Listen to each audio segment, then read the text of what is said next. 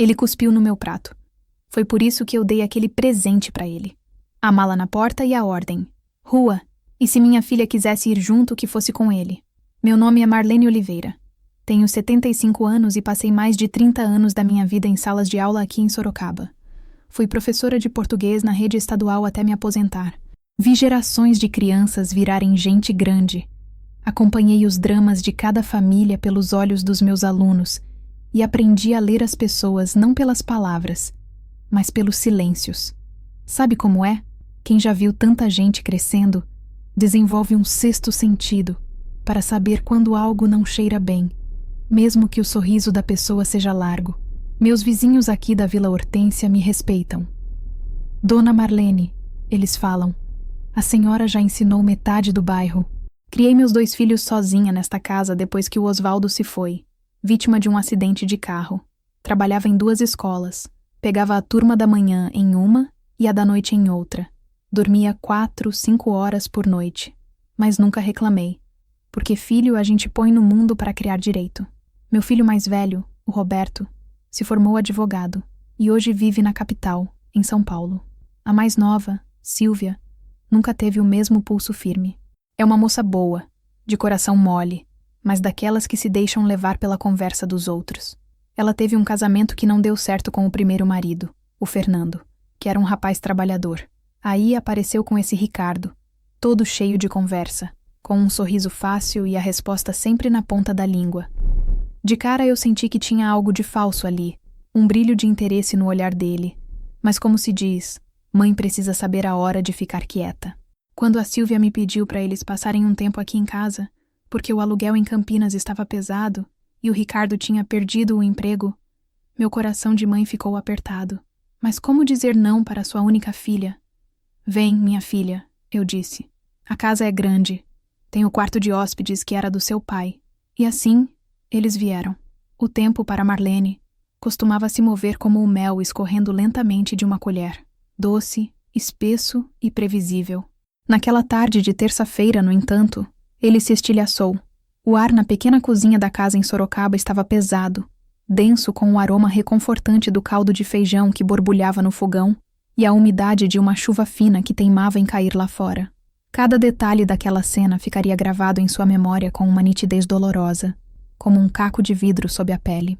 A clareza daquele instante foi absoluta, quase cruel em sua honestidade, muito parecida com a clareza que buscamos ao contar cada história aqui para vocês. Se você também valoriza narrativas que, como um reflexo inesperado, revelam a verdade oculta nas situações mais comuns, considere se inscrever em nosso canal. Assim você não perde nenhum detalhe que, no fim, sempre vem à tona. Marlene estava de costas para a mesa, os ombros ligeiramente curvados pela idade, mas ainda firmes. Com uma concha de madeira polida pelo uso, ela mexia o caldo, sentindo o vapor quente beijar seu rosto enrugado. Estava preparando a refeição com um cuidado que já não sentia há semanas. Um último esforço de boa vontade. Ricardo, seu genro, estava resfriado.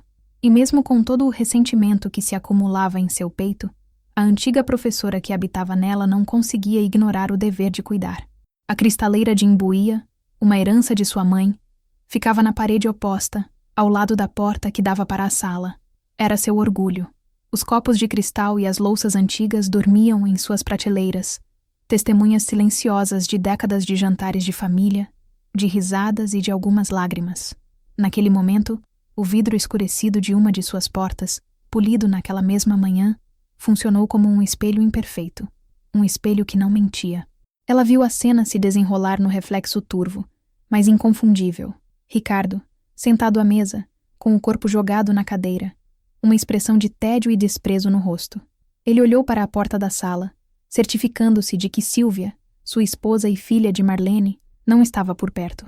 Então, ele se inclinou sobre o prato fundo que Marlene havia acabado de colocar diante dele. Seu peito se moveu num espasmo contido. Seus lábios se projetaram. E, com um movimento rápido e vil, ele cuspiu no caldo de feijão fumegante. O coração de Marlene não acelerou. Pelo contrário, pareceu parar. Uma onda de gelo subiu por sua espinha, congelando cada nervo, cada músculo. Ela permaneceu de costas, a concha de madeira parada no meio do caldo.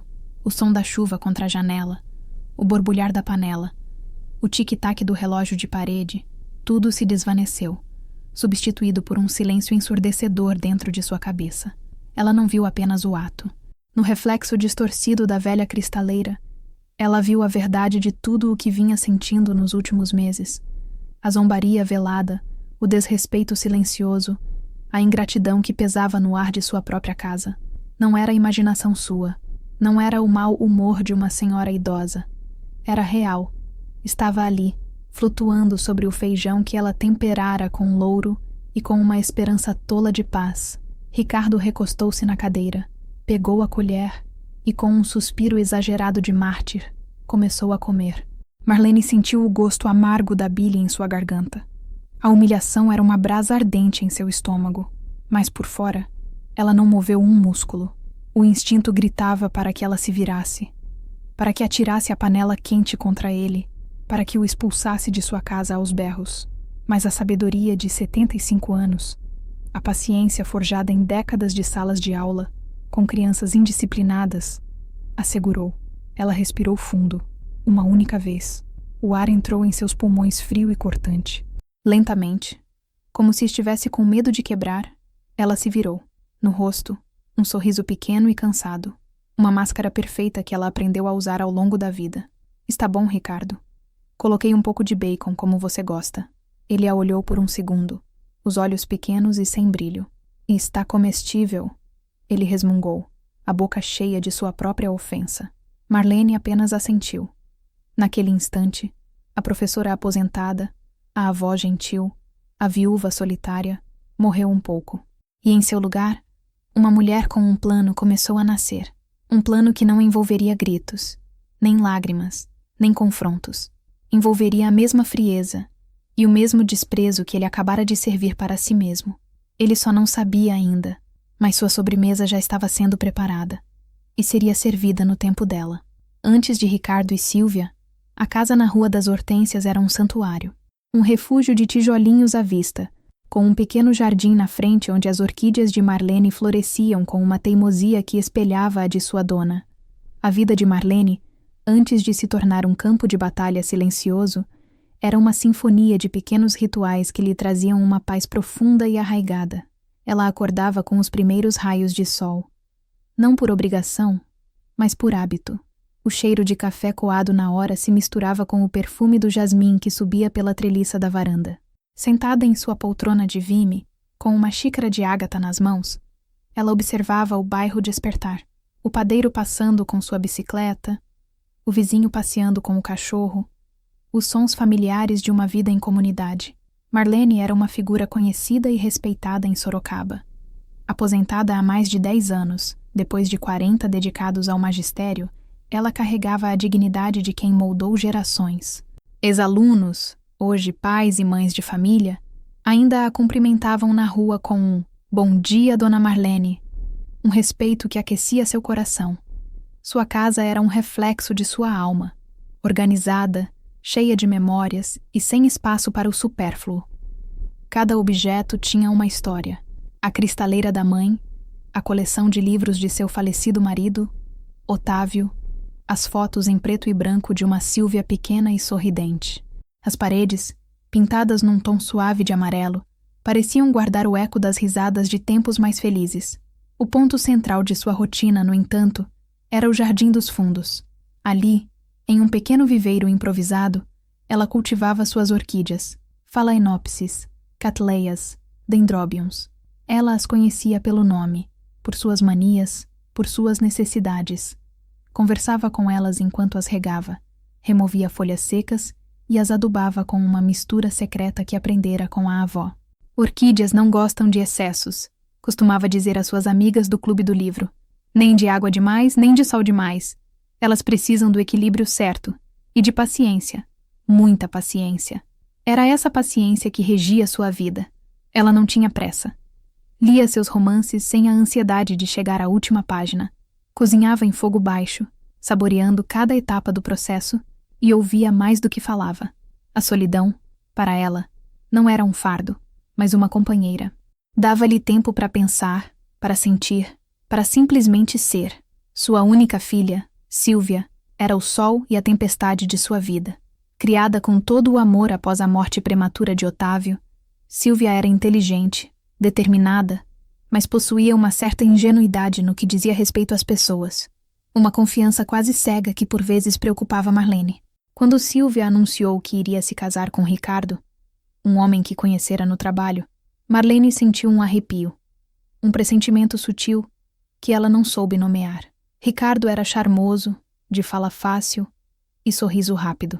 Na superfície, parecia o genro perfeito, mas havia algo em seu olhar, uma pressa, uma ambição que não parecia honesta. Ele não olhava para Sílvia com a adoração que Otávio olhava para Marlene. Ele a olhava como quem olha para um prêmio, um degrau. Marlene guardou suas dúvidas para si. A felicidade da filha era sua prioridade. E se Sílvia estava feliz, quem era ela para questionar? Nos primeiros anos de casamento, tudo parecia correr bem. Eles compraram um apartamento, viajavam, postavam fotos felizes nas redes sociais. Marlene os recebia para o almoço de domingo, onde Ricardo era sempre o centro das atenções, contando piadas e elogiando a comida dela com uma efusividade que, agora em retrospecto, soava oca.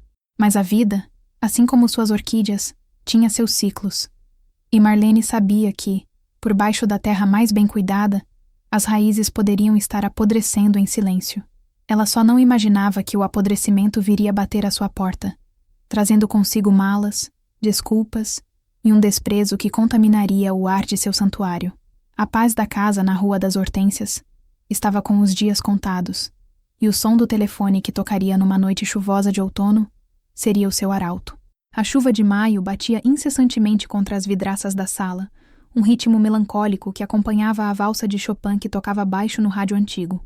Marlene estava terminando de tricotar um cachecol, as agulhas movendo-se com a agilidade que só décadas de prática poderiam conferir.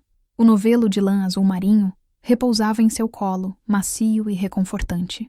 Foi quando o telefone fixo, um aparelho bege que ela se recusava a substituir por um modelo sem fio, tocou, estridente, quebrando a harmonia da noite. Ela atendeu no terceiro toque. Alô? Mãe? A voz de Sílvia do outro lado da linha estava embargada, fina como um fio prestes a se romper. Marlene sentiu um nó se formar em sua garganta instantaneamente. Uma mãe sempre sabe. Sílvia, o que aconteceu, minha filha? Você está bem?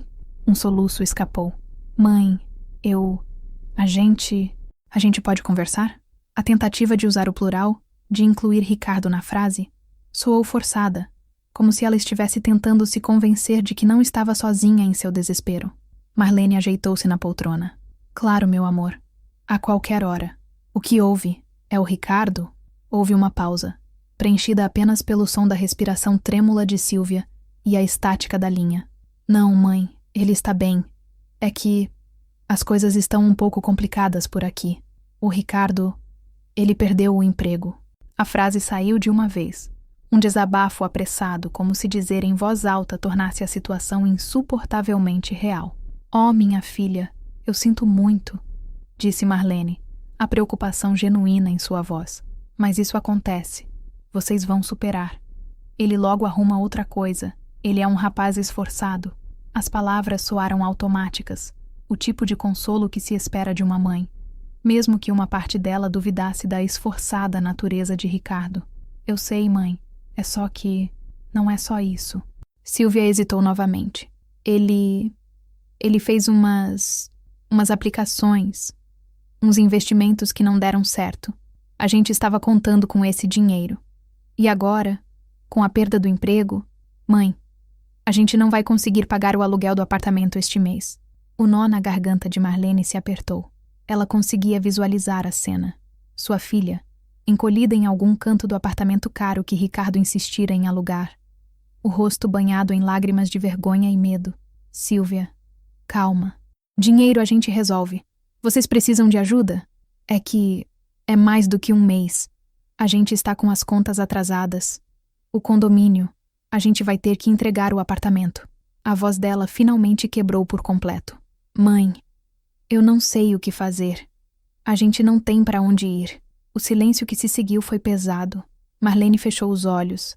A imagem de seu jardim tranquilo sendo invadida por uma tempestade. Ela sabia o que viria a seguir. O pedido que pairava no ar, tão pesado quanto a chuva lá fora. Seu primeiro instinto foi proteger seu espaço, sua paz, sua rotina. Sua casa era grande demais para ela, diziam as amigas. Mas para Marlene, cada cômodo vazio estava cheio de suas próprias memórias, de sua própria ordem. Era o seu mundo. Mas o som do choro de sua filha, a única pessoa que ela amava mais do que a própria paz, demoliu suas defesas. Como ela poderia dizer não? Como poderia deixar Silvia desamparada, à mercê dos erros e da imprudência de um marido que, Marlene suspeitava, era o arquiteto daquela ruína? Silvia, disse Marlene, a voz firme, mas gentil. Escute, vocês não estão na rua. Vocês têm a mim. Um suspiro de alívio do outro lado da linha foi quase audível. Mãe, você não sabe o que é ouvir isso? Arrume suas coisas. Vocês podem vir para cá. A casa é grande. O quarto de hóspedes está sempre pronto. Marlene falava com a praticidade de uma professora organizando uma excursão escolar, escondendo a turbulência de seus próprios sentimentos. Fiquem o tempo que for necessário. Até o Ricardo se ajeitar, até vocês se reerguerem. Sério, mãe? O Ricardo estava com vergonha de pedir. Ele disse que você não ia gostar. Ele tem razão, pensou Marlene, uma centelha de amargura surgindo. Mas ela a apagou imediatamente. Besteira. Vocês são minha família. E família cuida uma da outra. Obrigada, mãe. Obrigada, obrigada, obrigada. A gente vai amanhã. É só o tempo de encaixotar o que der. A gente não vai levar muita coisa, eu juro. Não vamos te atrapalhar. Não se preocupe com isso agora, disse Marlene, já sentindo o peso daquela promessa. Apenas venham. Quando desligou o telefone, Marlene permaneceu imóvel por um longo tempo. O tricô havia caído no chão. A valsa no rádio terminara, dando lugar a um chiado suave. A chuva lá fora parecia ter engrossado, mais forte, mais insistente. Ela olhou ao redor de sua sala silenciosa, para suas fotos, seus livros, sua paz, e soube, com a certeza fria de uma geada inesperada, que tudo aquilo estava prestes a mudar. Ela estava abrindo as portas de seu santuário, não apenas para sua filha necessitada, mas também para o homem que ela instintivamente sentia ser a causa de tudo. E um instinto de mãe, ela sabia, raramente se enganava. O dia seguinte amanheceu cinzento e úmido, o céu da cor de chumbo derretido, como se a natureza estivesse de luto pela tranquilidade perdida de Marlene. Ela passou a manhã preparando o quarto de hóspedes, trocou os lençóis, colocou toalhas limpas no banheiro e abriu as janelas para arejar, deixando entrar o cheiro de terra molhada. O quarto, que antes guardava apenas o cheiro de naftalina e memórias esporádicas de visitas, agora parecia expectante, aguardando uma ocupação que Marlene sentia como uma invasão. Por volta do meio-dia, uma pequena van de mudanças estacionou em frente à sua casa. A porta se abriu e Silvia desceu, o rosto abatido, olheiras profundas marcando seus olhos. Ela forçou um sorriso ao ver a mãe na porta. Mãe!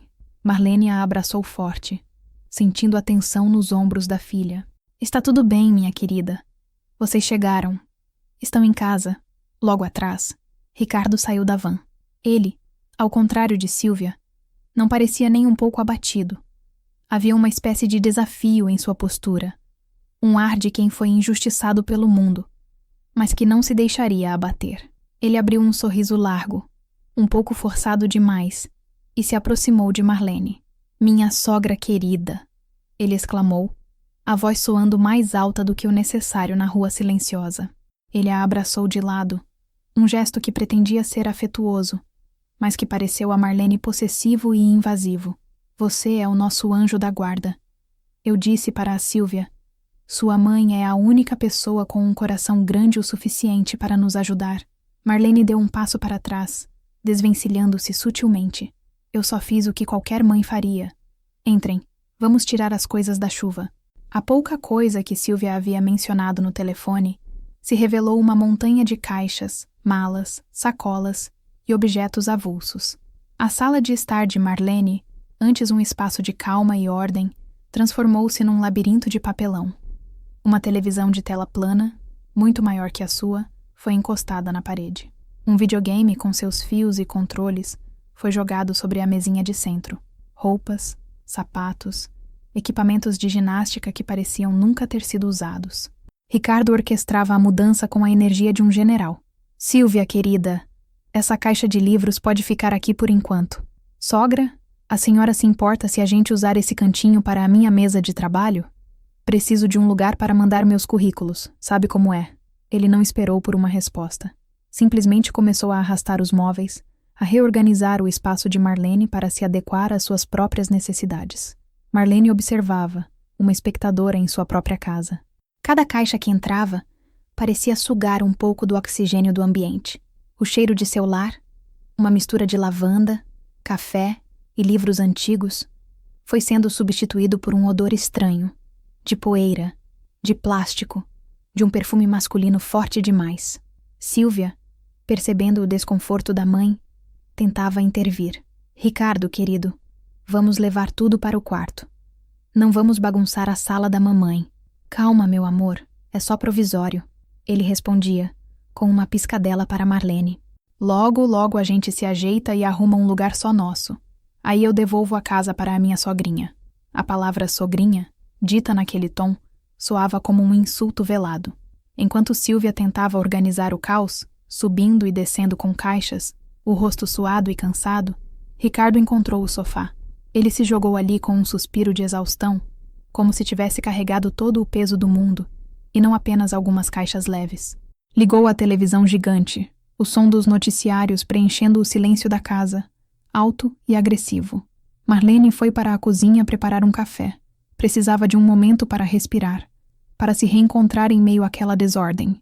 De lá, ouvia a voz do apresentador do jornal, os comentários de Ricardo, o barulho de Sílvia arrastando caixas no andar de cima.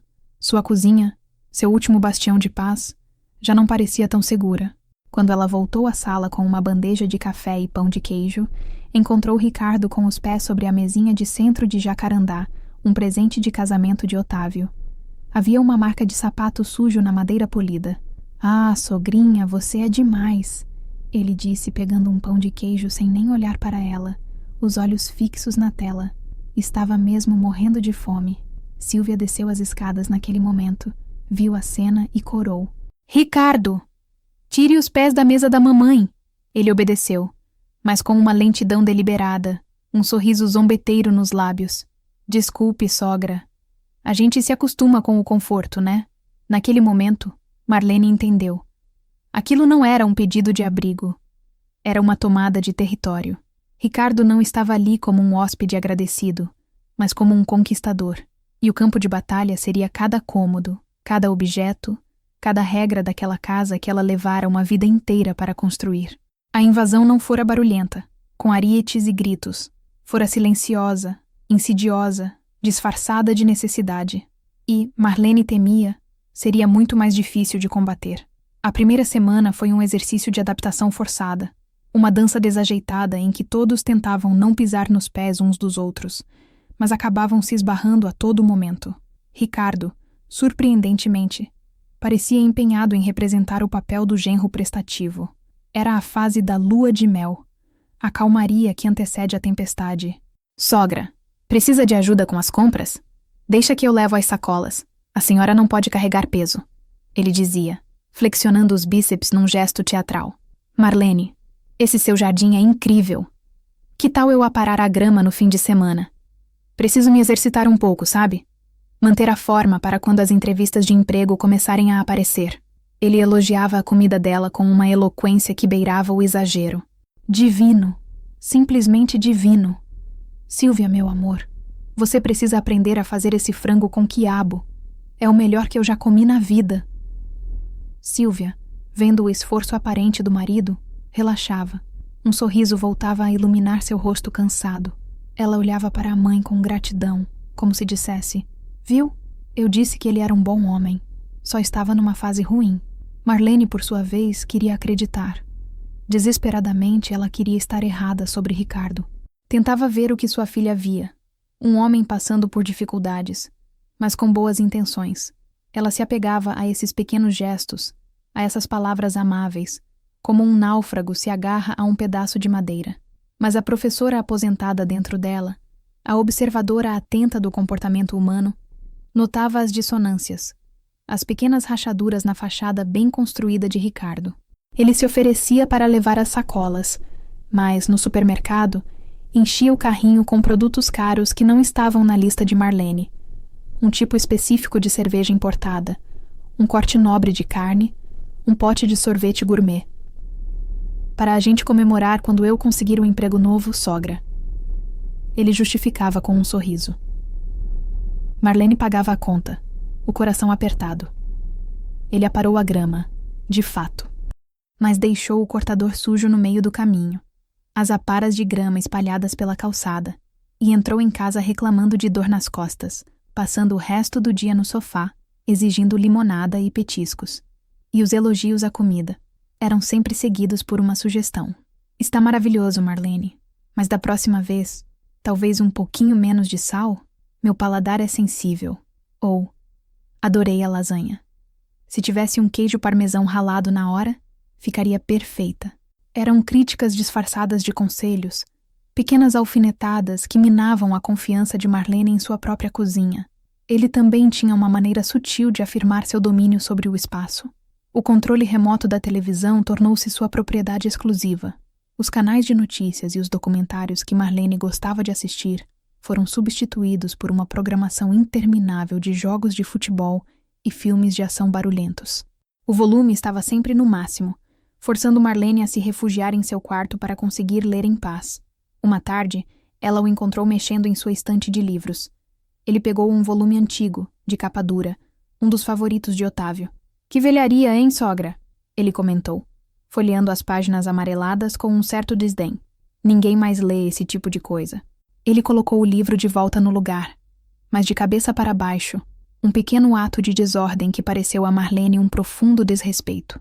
Silvia não via nada disso. Ou, se via, escolhia ignorar. Estava tão aliviada por ter um teto sobre a cabeça, tão focada em apoiar o marido em sua busca por emprego, que os pequenos sinais de alerta passavam despercebidos. Para ela, Ricardo estava se esforçando. Para ela, a paz reinava. Marlene sentia-se cada vez mais isolada em sua própria casa.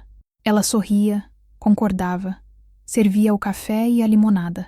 Representava o papel da sogra acolhedora, enquanto por dentro, uma ansiedade crescente se instalava.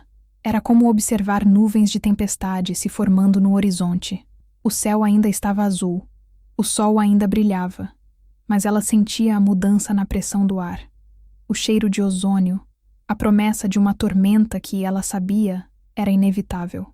A falsa calmaria era, de certa forma, mais angustiante do que a própria tempestade, pois a obrigava a viver numa constante e exaustiva expectativa.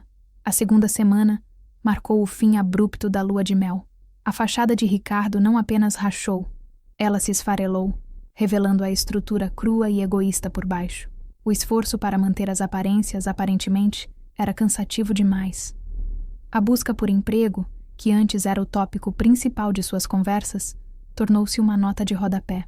As manhãs, que ele dizia passar, enviando currículos e fazendo contatos, agora eram gastas dormindo até tarde. Marlene acordava às 6, preparava seu café, cuidava de suas orquídeas, lia o jornal e, por volta das 10 da manhã, ouvia os passos pesados dele descendo as escadas.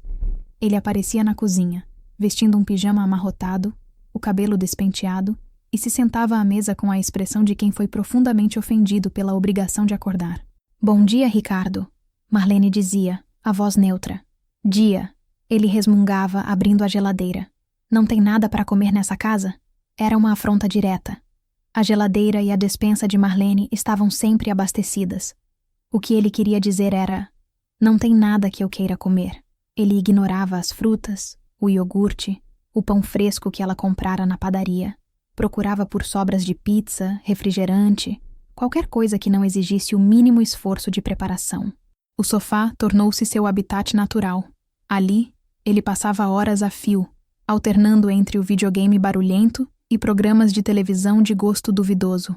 Pratos sujos, copos e embalagens de salgadinhos começaram a se acumular na mesinha de centro. No início, Marlene limpava em silêncio, tratando-o como um adolescente preguiçoso. Mas a preguiça dele era diferente. Era carregada de um senso de direito, como se fosse obrigação dela servi-lo. As críticas veladas à sua comida se transformaram em desdém aberto. Arroz e feijão de novo, sogra? Ele perguntava, remexendo o prato com o garfo. A gente não pode variar um pouco? Pedir uma comida japonesa, uma pizza? Eu posso cozinhar outra coisa se você preferir, Ricardo. O que você gostaria? Marlene ofereceu, testando seus limites. Ah, não sei. Qualquer coisa. Me surpreenda, ele respondia, um desafio no olhar. Mas não importava o que ela fizesse. Um estrogonofe, uma macarronada, um peixe assado. A reação era sempre a mesma. Um encolher de ombros, um está ok desinteressado, ou pior, ele mal tocava na comida. E 1 hora depois, Marlene o ouvia no telefone, pedindo um lanche por um aplicativo. Silvia, que chegava exausta do trabalho, ela conseguira um emprego temporário como recepcionista para ajudar nas despesas. Encontrava o marido esparramado no sofá e a mãe na cozinha, lavando uma pilha de louça. Como foi o seu dia, meu amor?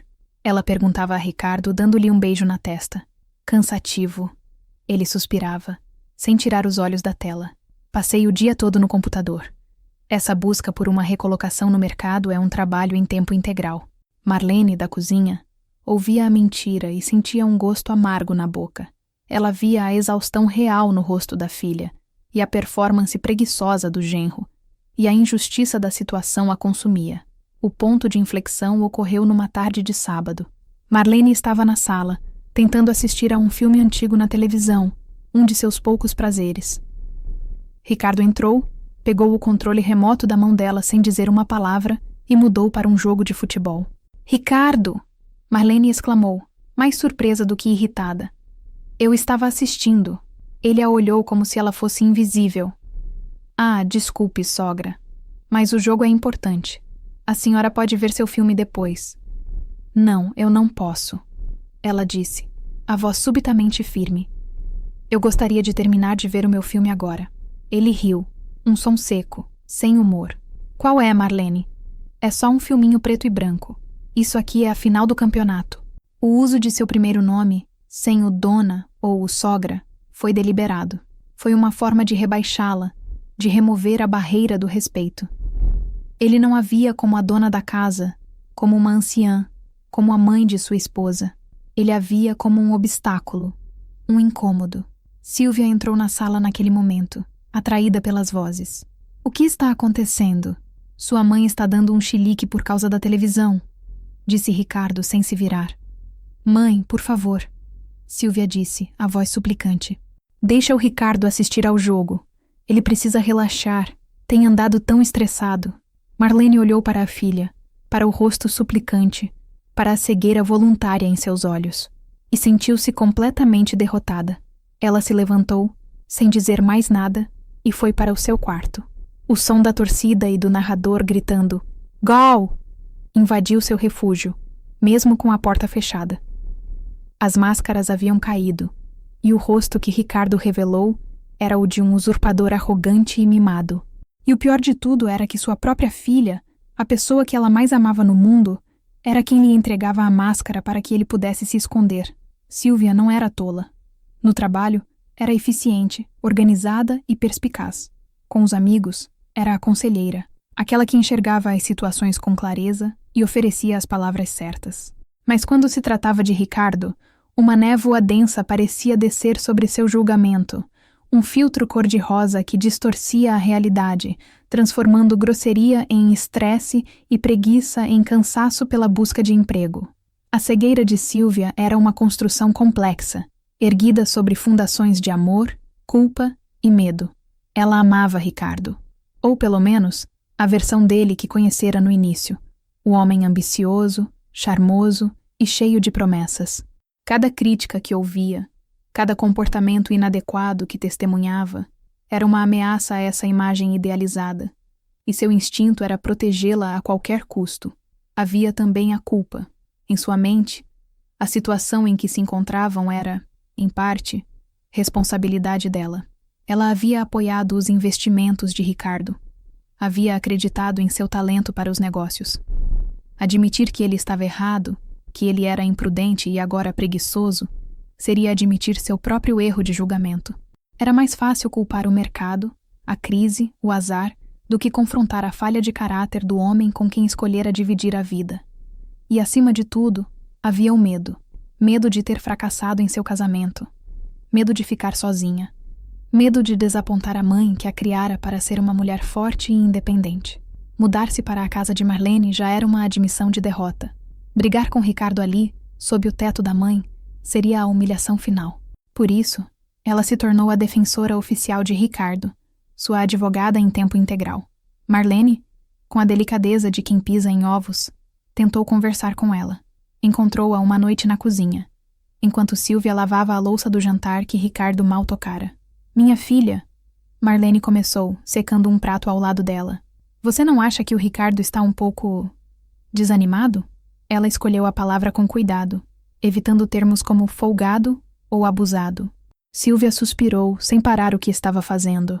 "Ele está frustrado, mãe. É horrível ficar mandando currículo e não receber nenhuma resposta. A autoestima de um homem fica abalada. Eu entendo, querida. Mas ele mal sai do sofá. Talvez se ele saísse um pouco, caminhasse, ajudasse mais em casa. Isso poderia melhorar o humor dele." A reação de Silvia foi imediata. Ela largou a esponja na pia e virou-se para a mãe, os olhos brilhando de irritação. "Mãe, por favor, não comece. Ele já se sente mal o suficiente por estarmos aqui, morando de favor na sua casa. A última coisa que ele precisa é de cobrança." A expressão "morando de favor" atingiu Marlene como um tapa. "Silvia, esta é a sua casa também. Eu nunca faria vocês se sentirem assim." "Não é o que você diz, mãe. É o jeito que você olha. Você fica observando tudo o que ele faz, ou melhor, o que ele não faz. Você acha que eu não percebo seus suspiros, seu silêncio de reprovação? Você está tornando tudo muito mais difícil." Marlene recuou, chocada com a acusação. "Eu só estou preocupada com você, Silvia. Você chega cansada do trabalho e ainda tem que arrumar a bagunça dele, enquanto ele passa o dia jogando videogame. Ele precisa de uma válvula de escape." Silvia quase gritou, a voz subitamente alta na cozinha silenciosa. "Você não entende como a pressão é grande para um homem. Ele sustentava a casa. Ele era o provedor. Agora ele se sente um inútil. E você, em vez de apoiar, fica aí, julgando-o em silêncio." As lágrimas brotaram nos olhos de Silvia, lágrimas de raiva e de exaustão. "Eu pensei que vindo para cá teríamos paz, teríamos seu apoio, mas parece que eu estava errada. Você só queria alguém para criticar." Sem esperar resposta, Silvia saiu da cozinha, subindo as escadas em passos duros e rápidos. A porta do quarto bateu, um som definitivo que encerrou a conversa e abriu um abismo entre mãe e filha. Marlene ficou sozinha na cozinha, o pano de prato úmido em suas mãos. A injustiça das palavras de Silvia doía mais do que qualquer grosseria de Ricardo. Ele não estava apenas ocupando sua casa. Estava envenenando a relação mais preciosa de sua vida. Ele havia conseguido transformar a preocupação de Marlene em perseguição e o amor de Silvia em uma arma contra a própria mãe. Naquele momento, Marlene percebeu que a cegueira de sua filha não era acidental. Era um escudo. E Ricardo, com sua manipulação sutil, garantia que esse escudo estivesse sempre apontado na direção errada. As semanas seguintes se arrastaram numa rotina de microagressões e desconfortos crescentes. A paciência de Marlene, antes um reservatório vasto e profundo, começou a secar, evaporando gota a gota sob o calor constante do desprezo de Ricardo. Ele desenvolveu uma série de hábitos irritantes que pareciam calculados para testar os limites dela. Deixava toalhas molhadas sobre a cama do quarto de hóspedes, causando cheiro de mofo. Usava o shampoo caro de Marlene, que ela só comprava em ocasiões especiais. Comia diretamente dos potes na geladeira, deixando-os abertos. Eram pequenas transgressões, insignificantes se isoladas, mas que, somadas, formavam uma campanha de desrespeito deliberado. A questão do dinheiro tornou-se um ponto de atrito silencioso. Silvia entregava a Marlene uma parte de seu modesto salário para ajudar nas contas. Um gesto que enchia Marlene de orgulho e tristeza ao mesmo tempo. Ricardo, por outro lado, não contribuía com 1 centavo, mas agia como se fosse o principal provedor da casa. "Sogra, o gás acabou?" Ele perguntava em voz alta da porta do banheiro no meio de um banho demorado. "Precisa ver isso aí." "Marlene, a internet está lenta de novo." A senhora não acha que está na hora de contratar um plano melhor? Com essa velocidade não consigo nem carregar os portais de emprego direito. Era uma mentira descarada. A internet funcionava perfeitamente para seus jogos online e streaming de filmes. Certo dia, Marlene atendeu a uma ligação de uma empresa de cobrança procurando por Ricardo. Com o coração na mão, ela passou o recado. Ele pegou o telefone, trancou-se no quarto e, quando saiu, estava furioso. Por que a senhora não disse que era cobrança? Ele rosnou para ela. Me fez passar vergonha. Eu não sabia, Ricardo. A moça só pediu para falar com você. Dava para saber pelo tom de voz dela. Ele insistiu, como se Marlene tivesse a obrigação de adivinhar. Da próxima vez, diga que eu não moro mais aqui. O desrespeito se estendia para além das paredes da casa. As amigas de Marlene, que costumavam visitá-la para tomar um café e conversar, começaram a rarear. Numa das últimas visitas, Ricardo entrou na sala de pijama, sem camisa, coçou a barriga e perguntou: E aí, mulherada, colocando a fofoca em dia? As senhoras ficaram visivelmente desconfortáveis. A visita terminou mais cedo do que o habitual. Marlene não as culpou. Quem gostaria de socializar sob o olhar zombeteiro e a presença invasiva daquele homem? Ela se sentia uma prisioneira em seu próprio lar. Evitava a sala para não ter que interagir com ele. Comia seus lanches na cozinha, em pé, para não ter que se sentar à mesa com sua negatividade. Sua casa, antes seu refúgio, havia se tornado um território hostil que ela precisava navegar com cuidado para evitar conflitos. A comunicação com Sílvia estava tensa e superficial. Elas falavam sobre o tempo, sobre o trabalho de Sílvia, sobre banalidades. O elefante na sala, o comportamento de Ricardo, era um tópico proibido, um campo minado que nenhuma das duas ousava cruzar desde a briga na cozinha. A solidão de Marlene era agora mais profunda do que quando morava sozinha. Era uma solidão acompanhada, a pior de todas. Ela olhava para o rosto cansado da filha e via o abismo que Ricardo cavara entre elas. Olhava para o homem esparramado em seu sofá e sentia uma mistura de raiva, pena e repulsa. Sua única válvula de escape era o jardim. Ali, entre suas orquídeas, ela podia respirar. Cuidar delas era um ato de resistência, uma forma de manter a beleza e a ordem vivas em meio ao caos que se instalara do lado de dentro. Enquanto podava uma folha amarelada de uma catleia, ela pensou que sua paciência era como aquela planta. Havia sido nutrida e cuidada por anos. Floresceu em muitas primaveras. Mas agora, uma praga havia se instalado em suas raízes. E se ela não fizesse algo drástico, logo não restaria nada além de um vaso de terra seca e memórias de flores que um dia existiram. A morte lenta de sua paciência estava chegando ao fim. O que viria depois seria, necessariamente, uma ação. O inverno chegou a Sorocaba sem aviso, trazendo consigo um vento cortante e noites geladas. Com o frio, veio a temporada de resfriados. E como se o destino tivesse um senso de ironia cruel, Ricardo foi o primeiro a sucumbir. Não foi um resfriado comum. Pela forma como ele se comportava, poderia ser a peste bubônica.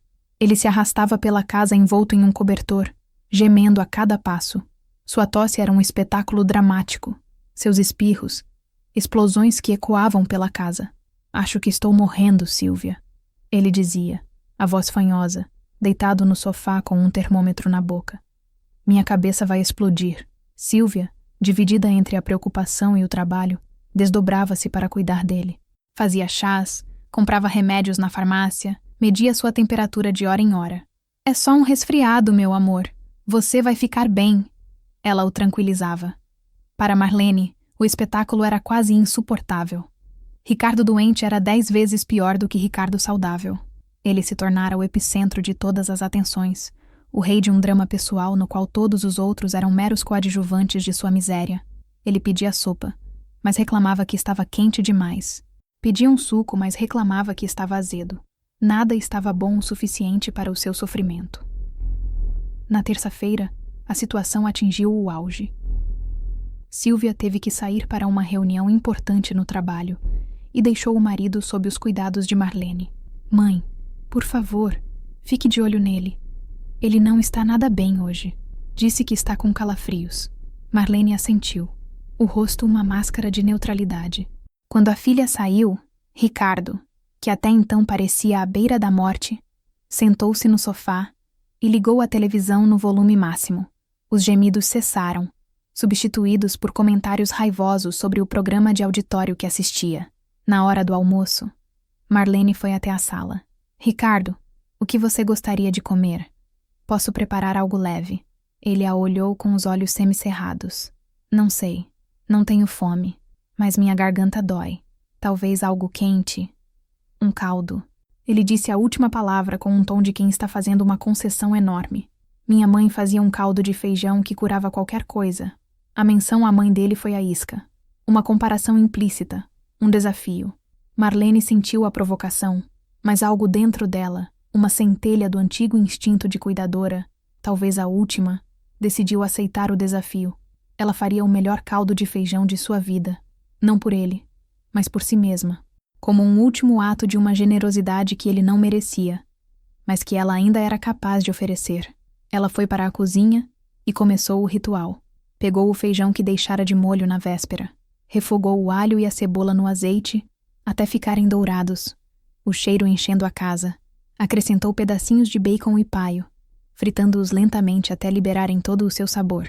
Bateu o feijão cozido no liquidificador até obter um creme aveludado, que voltou para a panela para engrossar com o cheiro verde fresco que ela colheu de seu pequeno canteiro. Era um caldo feito com técnica, com memória, e, apesar de tudo, com uma forma distorcida de afeto. O afeto de uma mãe pela felicidade de sua filha, que por sua vez dependia do bem-estar daquele homem. Enquanto mexia a panela, ela pensou que talvez aquele prato quente pudesse aquecer não apenas o corpo resfriado dele, mas também a atmosfera gelada da casa. Talvez um gesto de cuidado extremo pudesse quebrar a barreira de desprezo. Era uma esperança frágil, quase tola, mas era a única que lhe restava. Quando o caldo ficou pronto, espesso e perfumado, ela o serviu em uma tigela de cerâmica, a sua preferida. Colocou a tigela em uma bandeja com uma fatia de pão torrado e um pequeno ramo de salsinha para decorar.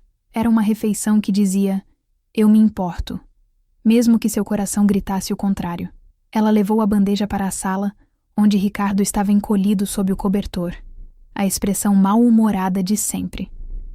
Aqui está, Ricardo. Caldo de feijão, como você pediu. Ele olhou para a tigela com desconfiança, como se pudesse estar envenenada. O cheiro está forte, reclamou.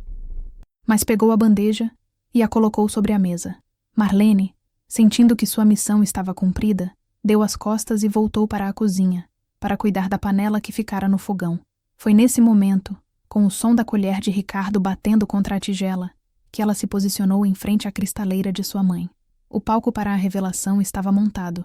O último ato de bondade dela estava prestes a ser recebido com o último e definitivo ato de desrespeito dele. A luz da tarde que entrava pela janela da cozinha era fraca, filtrada pelas nuvens cinzentas, e incidia sobre a cristaleira de embuia de uma forma particular. Não era um brilho, mas um lustre opaco, que transformava o vidro das portas em um espelho sombrio, um portal para uma versão distorcida da realidade. Foi nesse palco de sombras que a verdade, crua e repugnante, se revelou a Marlene. Ela estava parada, a mão ainda segurando a concha de madeira sobre a panela de caldo, mas seu corpo estava virado de lado, os olhos fixos, sem piscar, no reflexo. Era como assistir a uma cena de um filme mudo e de má qualidade. A imagem era granulada, as cores desbotadas, mas a ação era inconfundível. No vidro escuro, ela viu Ricardo.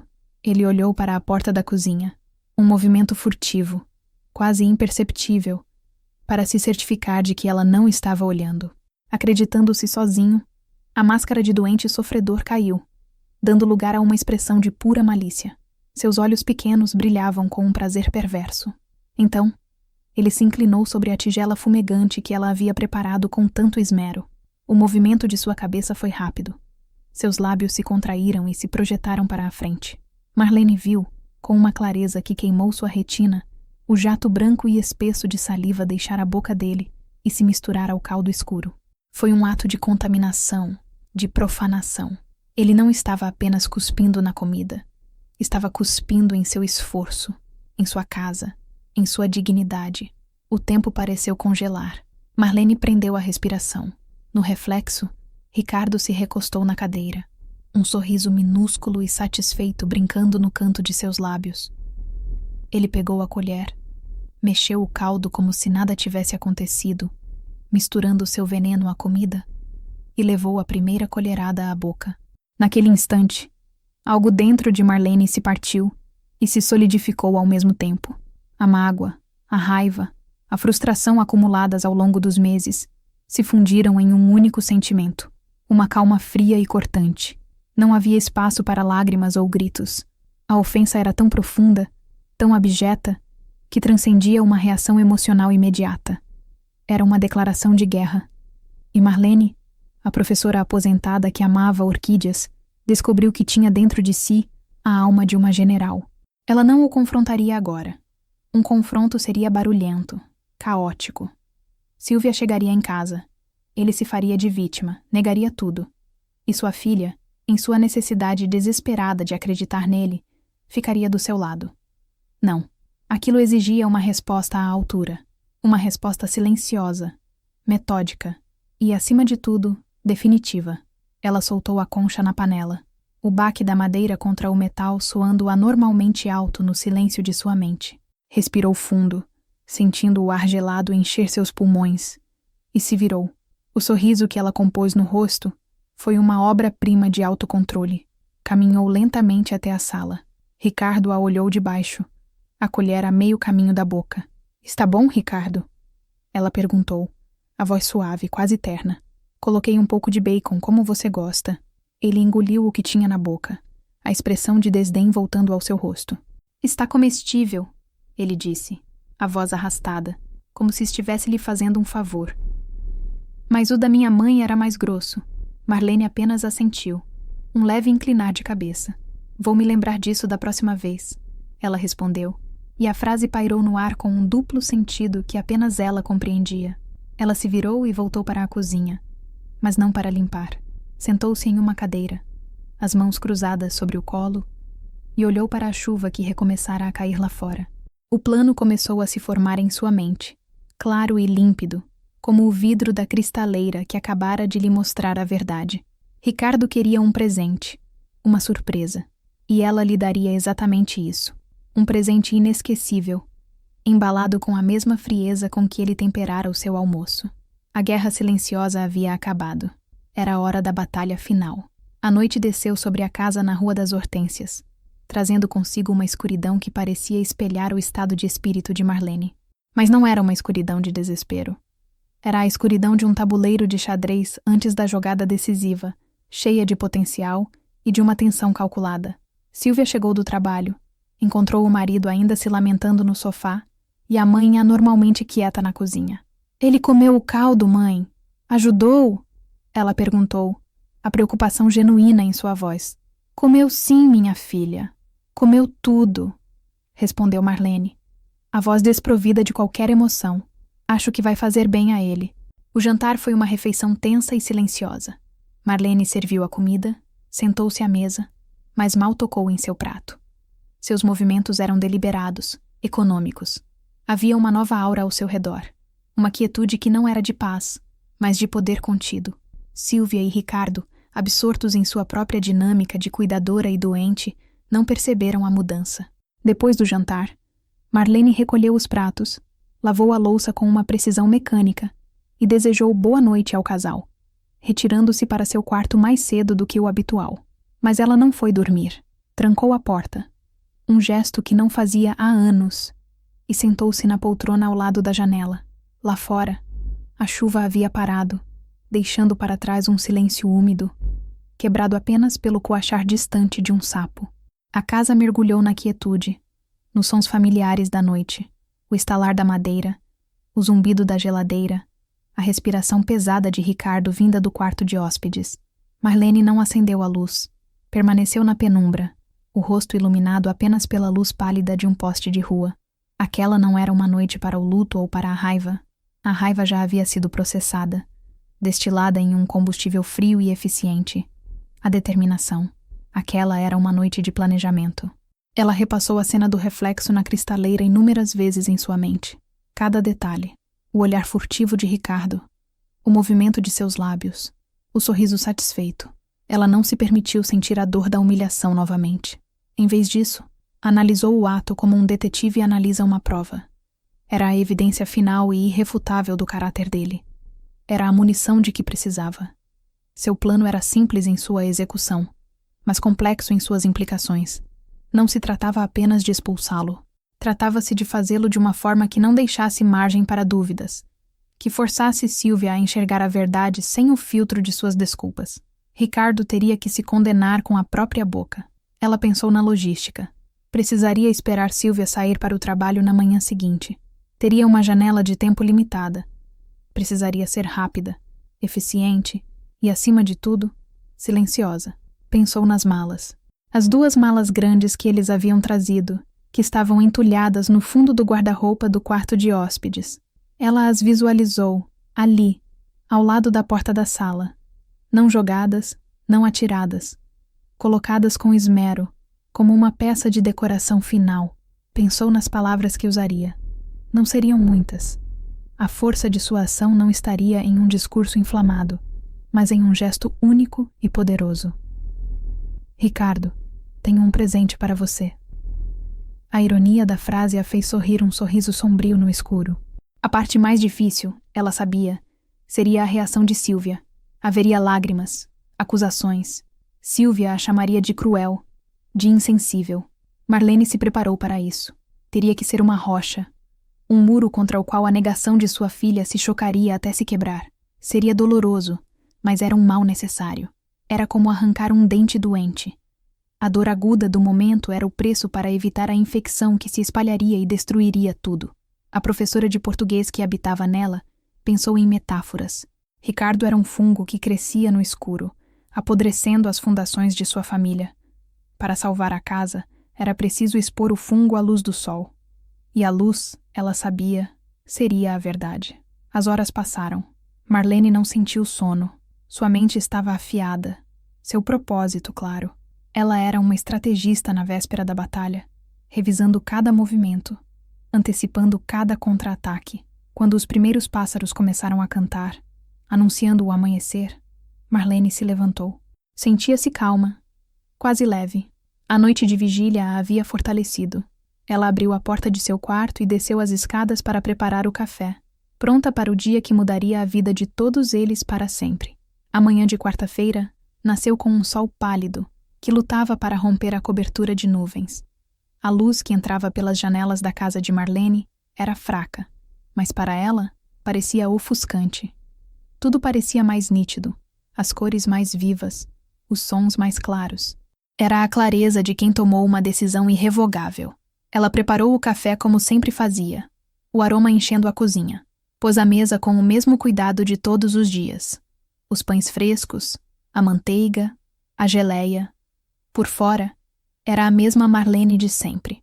Por dentro, cada gesto era carregado de uma nova intenção. Era a sua última ceia naquela configuração familiar.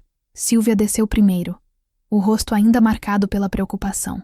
Bom dia, mãe. Como você está? Estou ótima, minha filha. Dormi muito bem, Marlene respondeu, e a mentira soou perfeitamente natural. Ela serviu uma xícara de café para a filha. E o Ricardo? Melhorou? Acho que sim. A febre passou, disse Sylvia, aliviada. Ricardo desceu logo em seguida. Ele já não usava o pijama, mas ainda mantinha uma aura de convalescente. Sentou-se à mesa com um suspiro, como se o simples ato de existir fosse um esforço hercúleo. Bom dia, ele resmungou, servindo-se de café. Bom dia, Ricardo. Que bom que está se sentindo melhor, disse Marlene. Sua voz era polida, quase amigável. Uma calma armada. Ele a olhou de soslaio, surpreso pela aparente gentileza. O seu caldo deve ter ajudado, ele admitiu, a contragosto. Fico feliz em saber, ela respondeu, tomando um gole de seu café. O café da manhã transcorreu em um silêncio quase normal. Sylvia falava sobre seu dia de trabalho. Ricardo reclamava do noticiário da manhã e Marlene ouvia, intervindo apenas com monossílabos. Ela os observava como se estivesse do outro lado de um vidro. Via a dinâmica entre os dois. A ansiedade de Sylvia em agradar, a presunção de Ricardo em ser servido, e via tudo com uma distância fria, como quem analisa um espécime sob o microscópio. Quando Sylvia se levantou para se arrumar para o trabalho, ela se virou para a mãe. Mãe, você se importa de ficar de olho nele só mais hoje? Amanhã eu acho que ele já pode se virar. Marlene sorriu. Um sorriso enigmático que Sylvia não soube interpretar. Não se preocupe, minha filha. Pode ir tranquila. Eu vou cuidar de tudo por aqui. A frase, aparentemente inofensiva, era uma promessa. Sylvia beijou a mãe no rosto e o marido na bochecha. Tchau, meu amor. Se cuida. Tchau, mãe. Vá com Deus, minha filha, disse Marlene. Ela acompanhou a filha até a porta e a observou entrar no carro e partir. O som do motor se afastando na rua foi como um tiro de largada. Marlene fechou a porta, girou a chave na fechadura, um som metálico e definitivo, e se virou. Ricardo ainda estava sentado à mesa da cozinha, lendo o jornal. Ele não a olhou. Marlene caminhou até ele, a calma ainda intacta. Ricardo, ela disse, a voz firme. Quando terminar, por favor, lave a sua xícara. Foi a primeira ordem direta que ela lhe deu em meses. Ele levantou os olhos do jornal, a surpresa e a irritação visíveis em seu rosto. Ele abriu a boca para protestar, para fazer uma de suas observações sarcásticas. Mas algo no olhar de Marlene o deteve. Havia uma dureza ali, um brilho de aço que ele nunca vira antes. Ele franziu a testa, confuso, mas para a surpresa de ambos, ele resmungou um "tá" e voltou a ler o jornal. Marlene não esperou para ver se ele obedeceria. Ela se virou e subiu as escadas em direção ao quarto de hóspedes. Sua missão havia começado. A calma que ela projetava não era passividade.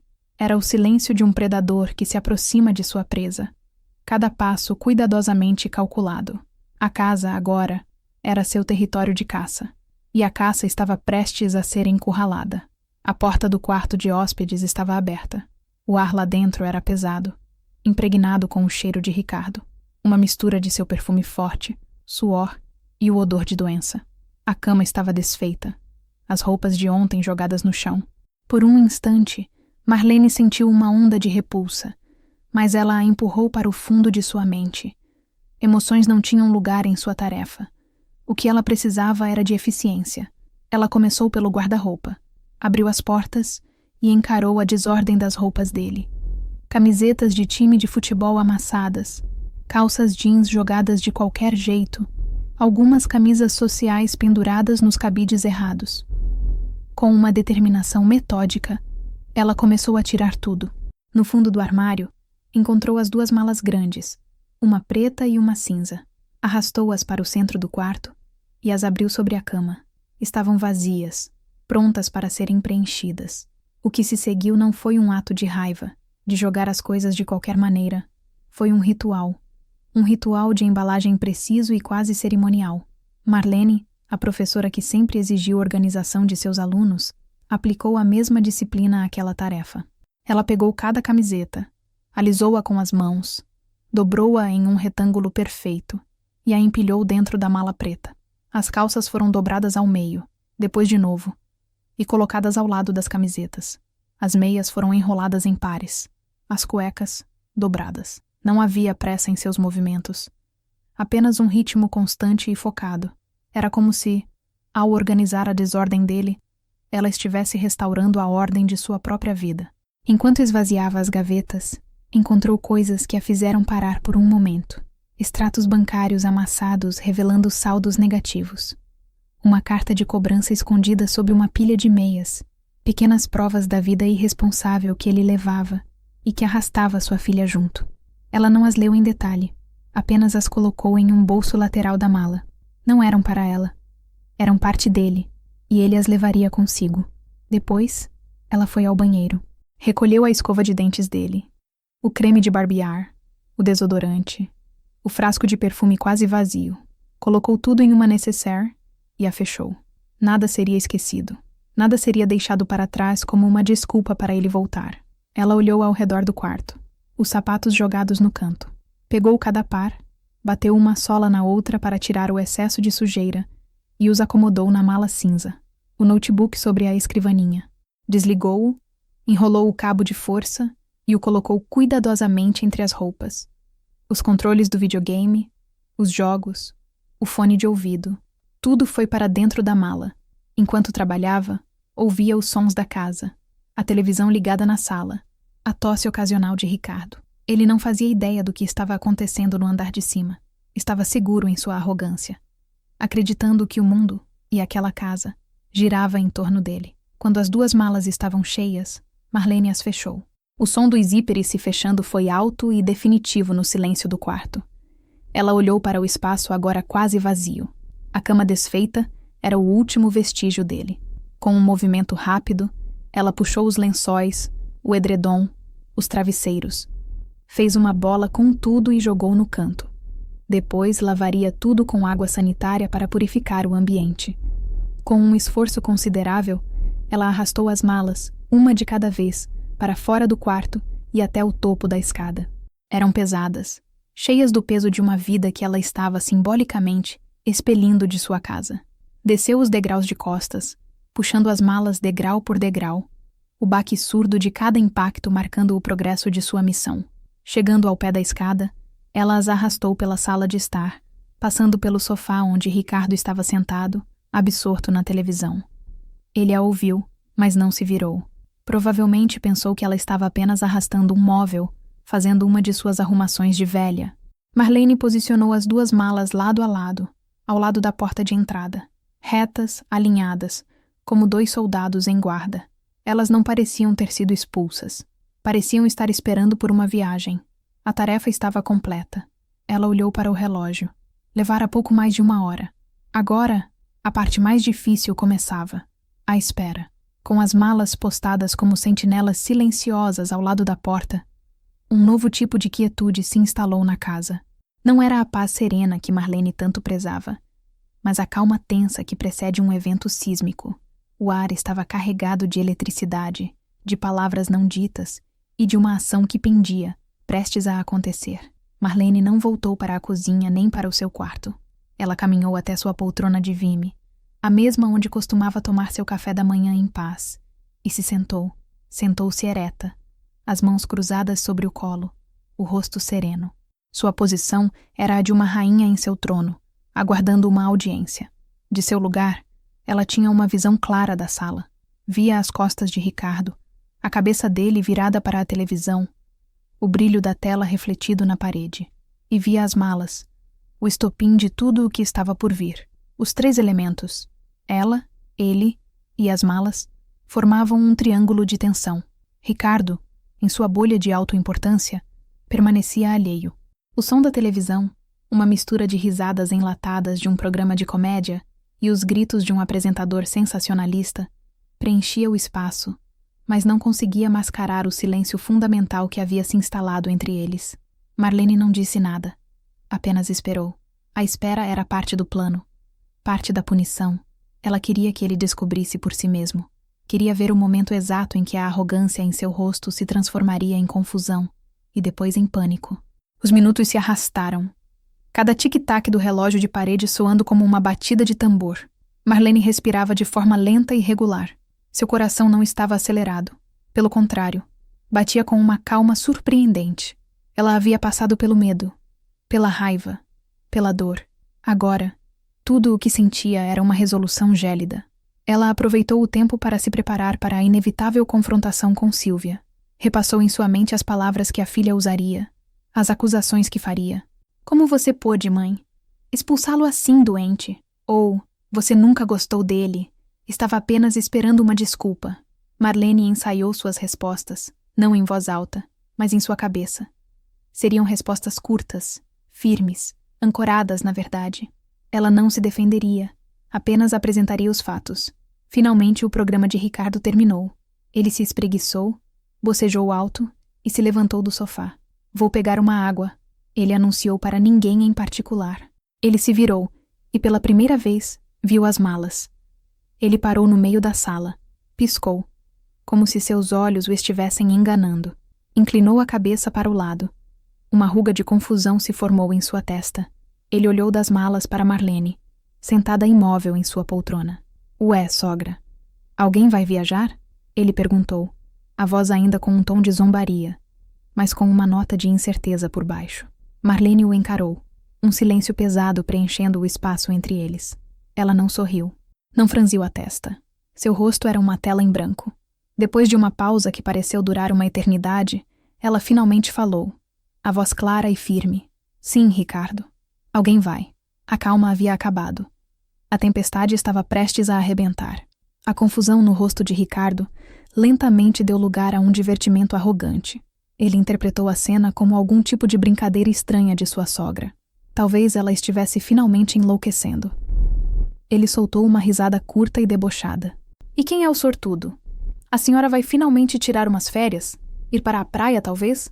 Cuidado com o sol, hein, Marlene? O uso de seu primeiro nome, novamente, era para provocá-la. Marlene permaneceu impassível. Seu olhar fixo nele era como o de uma ave de rapina. Ela não se moveu, não reagiu à provocação.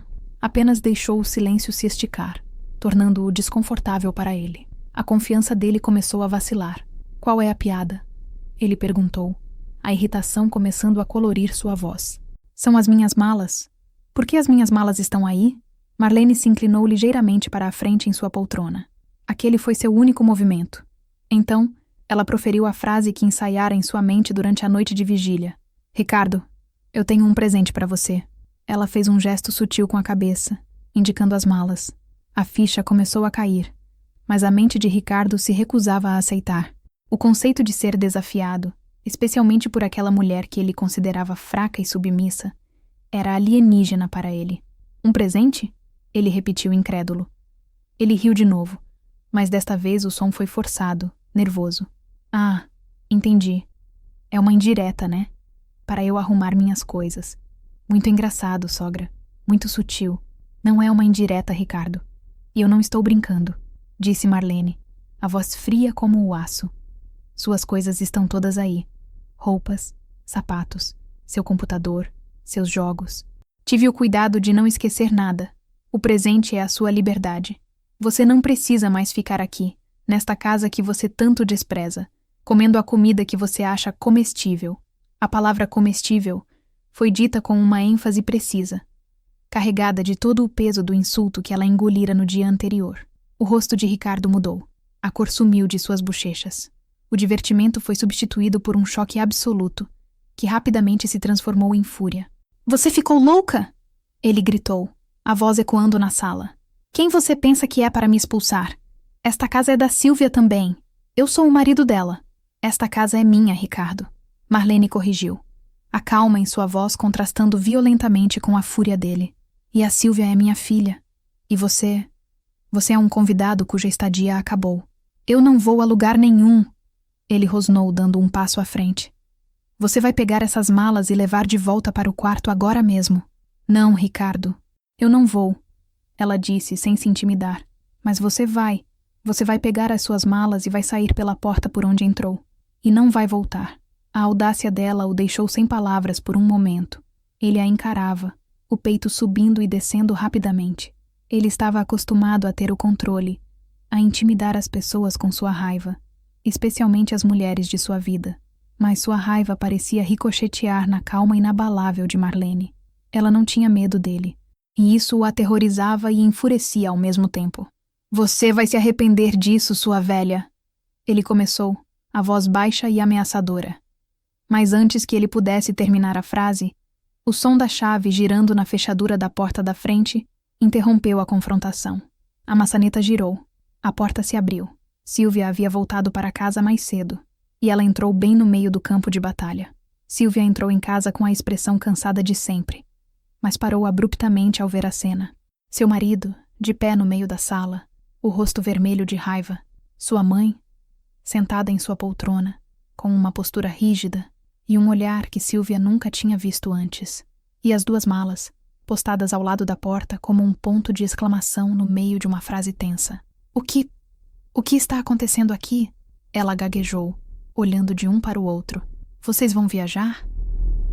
Ricardo se virou para ela, o rosto se contorcendo em uma máscara de vítima ultrajada. Sílvia, graças a Deus você chegou. Sua mãe enlouqueceu. Ela está me expulsando de casa. Os olhos de Sílvia se arregalaram e se fixaram em Marlene. Mãe, o que é isso? Que brincadeira é essa? Não é brincadeira nenhuma, Sílvia, respondeu Marlene, a voz firme, sem se levantar. Ela arrumou minhas malas. Ela quer me jogar na rua. E eu doente, Silvia. Doente! Continuou Ricardo, a voz subindo para um tom de autocomiseração. Ele começou a tossir. Uma tosse forçada e dramática. Silvia correu para o lado dele, colocando a mão em seu braço. Mãe, como você pode fazer uma coisa dessas? O que deu em você? Ele não está bem. Nós não temos para onde ir. A voz dela era uma mistura de pânico e acusação. Marlene olhou para a filha, para o desespero em seu rosto, e sentiu uma pontada de dor, mas não vacilou. Ele tem para onde ir, Silvia. Ele só não pode mais ficar aqui. Mas por quê? Silvia gritou, as lágrimas começando a brotar em seus olhos. O que ele fez de tão terrível para merecer isso? Ricardo, sentindo que tinha a simpatia da esposa, aproveitou a oportunidade. Eu não fiz nada, meu amor. Absolutamente nada. Sua mãe cismou comigo desde o dia em que chegamos. Ela nunca me quis aqui. Ela está procurando um pretexto para se livrar de mim, para nos separar. As palavras dele eram venenosas, calculadas para jogar filha contra mãe. E por um momento, pareceu funcionar. Silvia se virou para Marlene, a decepção e a raiva estampadas em seu rosto. É verdade, mãe? É isso? Todo esse tempo você estava fingindo? Você nos acolheu só para nos humilhar depois. Marlene respirou fundo. Era o momento que ela temia. O momento em que teria que ferir sua filha para salvá-la. Silvia, ela disse. A voz calma, mas carregada de uma autoridade inquestionável. Eu não vou discutir com você. Eu não vou discutir com ele. Ela fez uma pausa, seus olhos encontrando os de sua filha. Eu só quero que você faça uma pergunta ao seu marido. Que pergunta? Silvia perguntou desconfiada. O olhar de Marlene era penetrante. Ela falou devagar, cada palavra caindo como uma pedra. Pergunte a ele, Silvia. Pergunte ao seu marido o que ele fez com o caldo de feijão que eu preparei para ele ontem. O caldo que ele comeu enquanto se queixava de estar doente. A pergunta pairou no ar, estranha e específica. Silvia franziu a testa, confusa. O caldo de feijão? O que isso tem a ver com... Mas ela não terminou a frase, porque ela se virou para Ricardo e viu a reação dele. Foi sutil, mas para uma esposa que conhecia cada expressão de seu marido, foi revelador. A cor sumiu de seu rosto novamente. Um tique nervoso apareceu em sua pálpebra. Ele desviou o olhar, incapaz de encarar Silvia. Naquele instante, a primeira semente da dúvida foi plantada na mente de Silvia. O que poderia ser tão terrível sobre um simples caldo de feijão? Ricardo! Silvia insistiu, a voz agora mais baixa, incerta. O que a mamãe quer dizer com isso? O que tem o caldo? Ricardo tentou se recompor. Forçou uma risada. Sua mãe está delirando, meu amor. O que eu poderia ter feito com um caldo? Comi-o, Estava... Ok. Não, Ricardo. Não foi só isso, disse Marlene de sua poltrona, a voz cortante. Eu vi você. Eu vi você no reflexo da cristaleira. A cristaleira da minha mãe que você tanto despreza. Silvia olhou da mãe para o marido, a confusão se transformando em um medo crescente. Viu o quê, mãe? Do que você está falando? Pergunte a ele, Silvia, repetiu Marlene implacável. Silvia se virou para Ricardo, os olhos suplicantes. Ricardo, pelo amor de Deus, fale alguma coisa. Do que ela está falando? Pressionado, encurralado pela calma acusatória de Marlene e pelo olhar questionador de Silvia, a fachada de Ricardo começou a ruir. Seu instinto de autopreservação entrou em guerra com sua raiva e seu orgulho ferido. É mentira dela! Ele gritou, a voz esganiçada.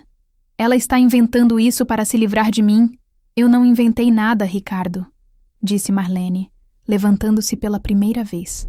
Ela caminhou lentamente até ficar entre eles, uma figura pequena, mas imponente em sua dignidade.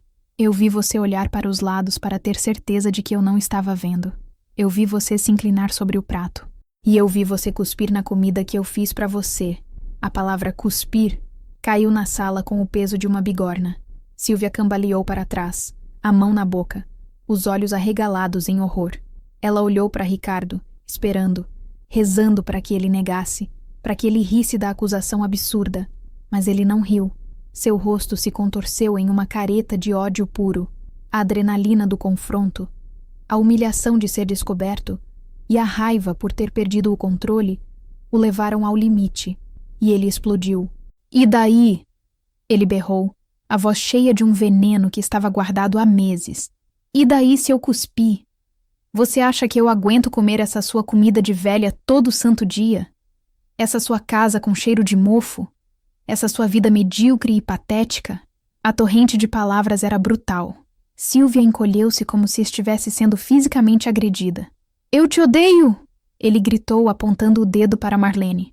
Odeio seu jeito de santa, seu silêncio de julgamento. Você acha que eu não percebia? Você me olhando com esse seu ar de superioridade, como se eu fosse um lixo. Você se acha melhor que todo mundo, né? A professorinha aposentada, a dona da verdade. Ele se virou para Sylvia, os olhos injetados. E você, tão cega, defendendo a mamãezinha? Eu não perdi o emprego, sua idiota. Eu pedi demissão. Não aguentava mais. E eu não perdi o dinheiro em investimentos. Eu gastei. Gastei com coisas para mim, porque eu mereço. E eu odeio morar aqui. Odeio ter que depender da sua mãe, de ter que fingir que gosto dessa vidinha de interior. A confissão foi total.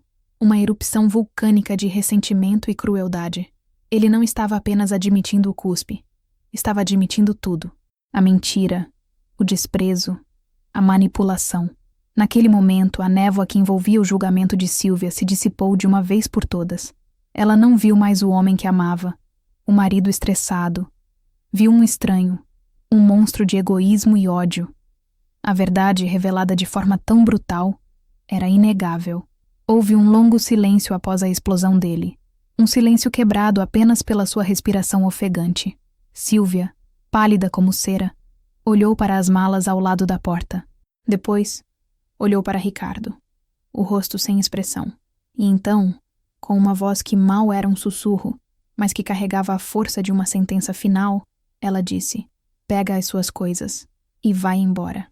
A ordem de Sylvia, dita em um tom tão baixo e desprovido de emoção, teve mais impacto do que qualquer grito. Ricardo a encarou, o queixo caído, como se tivesse levado um soco. Ele esperava lágrimas, súplicas, talvez até uma defesa. Não esperava aquela demissão sumária. Sylvia. Mas ele começou, a raiva dando lugar a um pânico repentino. Meu amor, eu não quis dizer isso. Eu estava nervoso, com a cabeça quente. Vai embora, Ricardo. Ela repetiu, a voz um pouco mais firme, os olhos vazios. Ele olhou para Marlene, como se buscasse ajuda da pessoa que ele acabara de crucificar. Mas Marlene apenas o observava, o rosto sereno.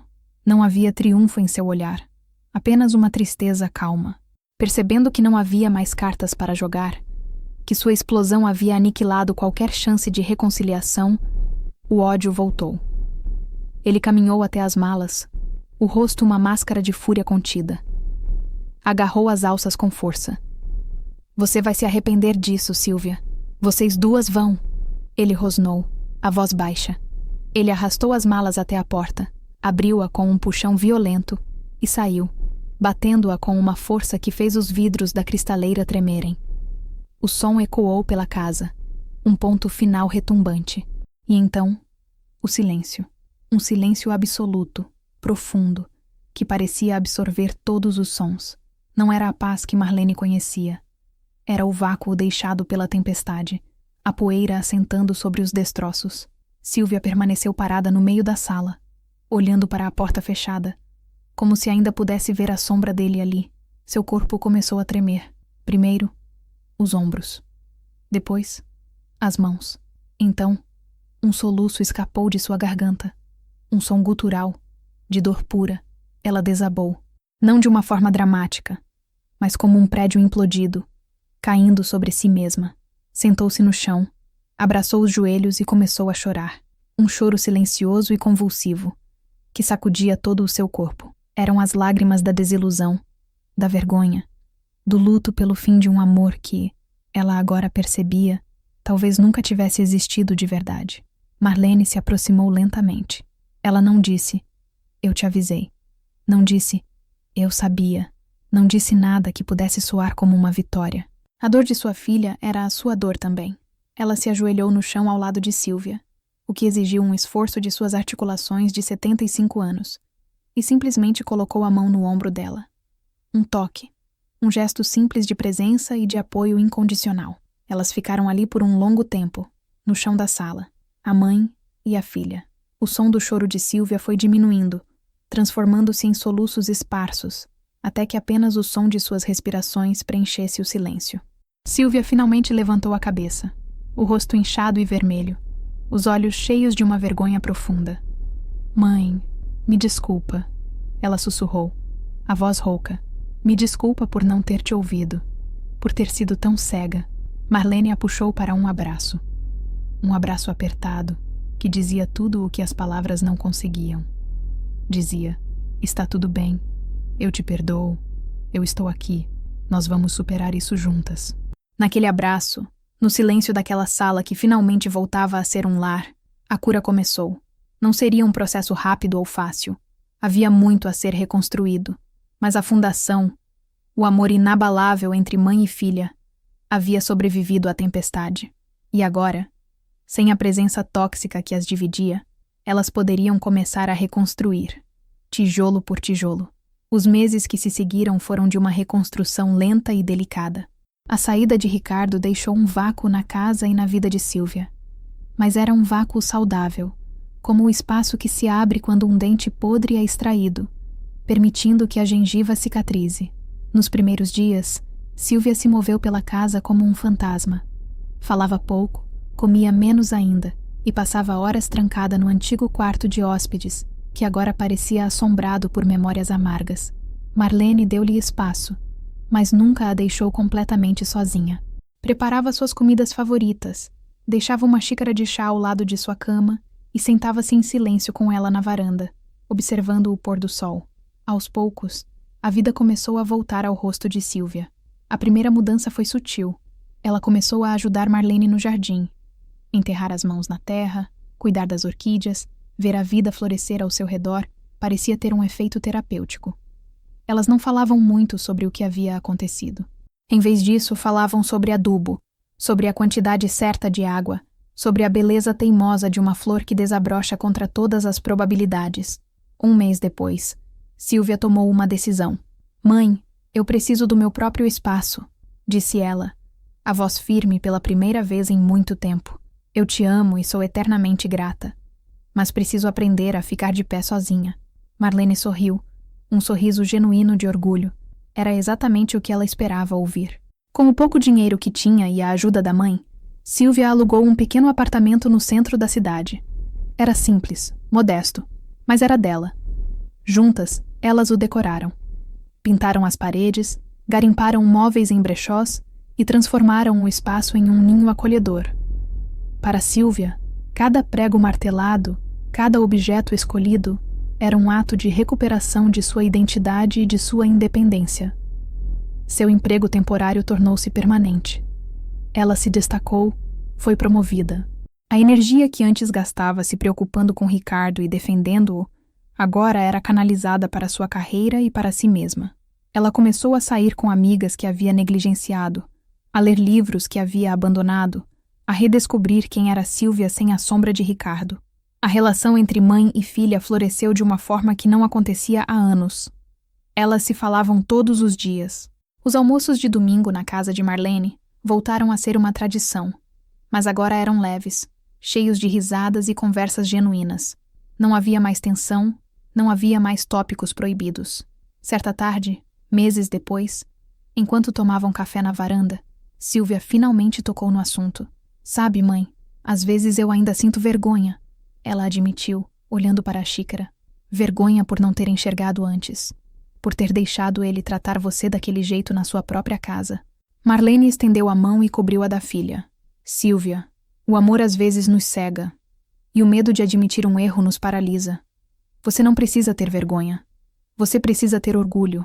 Orgulho da mulher forte que você se tornou quando finalmente abriu os olhos. Foi você que me fez abrir os olhos, disse Sílvia, os olhos marejados. Aquele dia, a sua calma, a sua força, eu nunca vou esquecer. Eu só fiz o que precisava ser feito, respondeu Marlene. Às vezes, para uma planta voltar a crescer saudável, a gente precisa fazer uma poda drástica. Cortar fora a parte doente. Foi o que eu fiz. Elas se olharam, e no silêncio que se seguiu, havia um entendimento completo, uma cumplicidade forjada na dor e na superação. A reconstrução não era apenas sobre Silvia encontrar um novo apartamento ou um novo emprego. Era sobre a reconstrução da confiança, do respeito próprio e, acima de tudo, do laço inquebrável que as unia.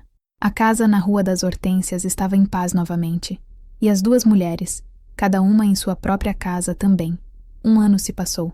A primavera voltou a Sorocaba, e com ela, a explosão de cores no jardim de Marlene. Suas orquídeas estavam mais viçosas do que nunca, como se sentissem a paz que havia retornado à casa. A vida de Marlene havia voltado ao seu ritmo sereno, mas não era o mesmo de antes. Era uma serenidade mais forte, mais consciente, forjada na adversidade. A casa na Rua das Hortênsias respirava novamente. O cheiro de mofo do quarto de hóspedes havia sido substituído por lavanda. O som da televisão em volume máximo dera lugar à música clássica no rádio antigo. A mesinha de centro de jacarandá, agora devidamente polida, exibia um vaso com uma orquídea recém-florida e não mais pés sujos.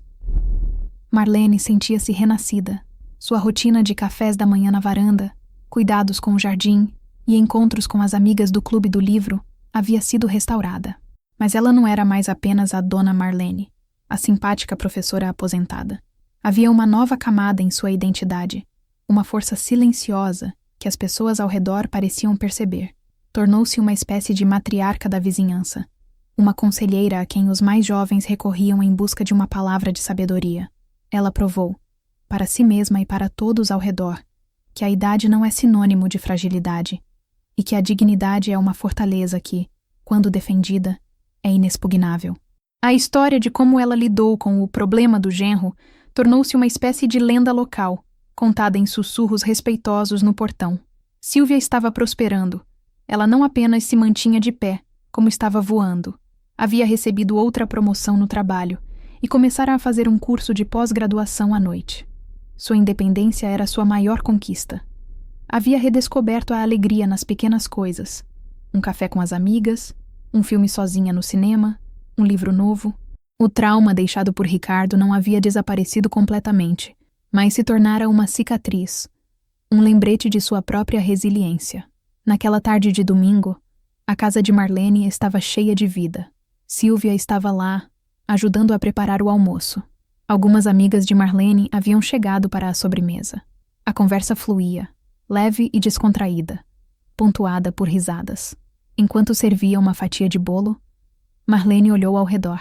Viu sua filha, radiante e confiante. Viu suas amigas, companheiras de uma vida inteira. Viu sua casa, seu santuário, finalmente em paz, e sentiu uma gratidão imensa. Mais tarde, sozinha no jardim, ela tocou a pétala aveludada de uma catleia. Pensou em como as orquídeas, para florescer, precisam das condições certas, mas também de uma força interna para superar pragas e intempéries, assim como as pessoas.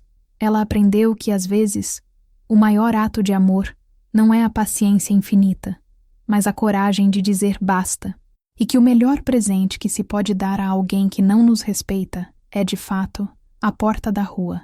Sua história, como a de muitas pessoas, é um testemunho da força que encontramos quando defendemos nosso valor. Assim como Marlene encontrou apoio em sua filha e em si mesma, nós encontramos nossa força nesta comunidade que construímos juntos, compartilhando e ouvindo histórias que nos conectam.